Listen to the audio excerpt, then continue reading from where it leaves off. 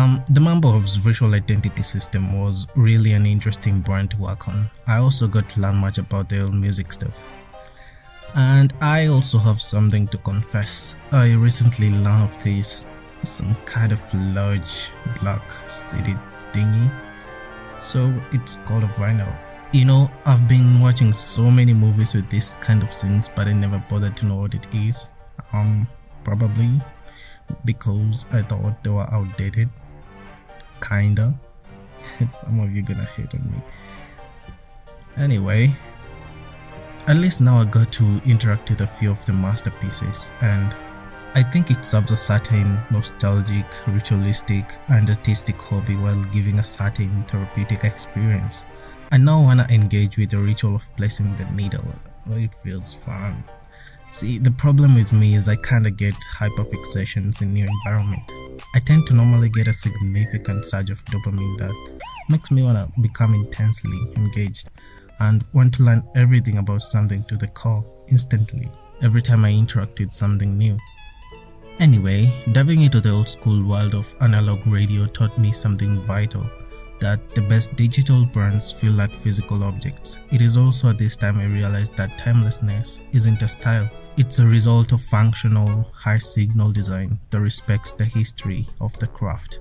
The challenge was to develop a high visual identity for a music broadcaster that functions as a digital tool rather than a decorative logo. Constructing the Mambo's visual identity was also kind of a strategic gift. During the sketching phase, I realized the letter forms contained a hidden architectural symmetry that perfectly mirrored the brand's hardware. By treating the lowercase a and b as the left and right drivers of a headphone silhouette, I was able to bake the music experience directly into the wordmark. It's a minimal approach to identity. The icon isn't just added to the name, it is the name. This ensures the brand feels like a physical piece of gear even when the logo is used without a secondary icon. In the logo development phase, I also learned that a digital brand feels more real when it mimics physical hardware. By using the same orange found on vintage synth dials, the Mambo's identity feels like a heavy piece of gear you can actually interact with rather than just another app icon.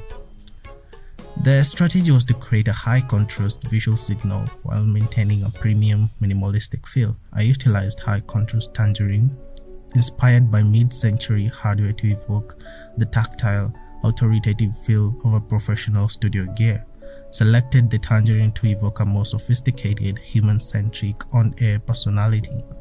The black to orange ratio was chosen to ensure the brand felt grounded and professional during deep dive music discussions, while remaining energetic during live sets. The identity was also designed to feel physical. It's about creating a brand that feels like a tangible piece rather than a digital file. Focusing on efficiency, this was a strategic decision to limit the palette to 3 colors, the signature, black, and white, to ensure the client could easily maintain brand consistency across various streaming platforms without further design support. The results: a minimalist, hardware-first brand system that prioritizes functional on-air signals and timeless industrial aesthetics over fleeting digital trends. Building this system was more than just aesthetics. It was about giving a creator a professional chassis to house their talent. By keeping the system lean and the signals clear, Mambo Waves now is geared up to grow without the brand ever getting in the way of music. We are a creative lab for founders, visionaries, and the brands they build to change the world. This is Graphkitlab, and I am Kit, signing off.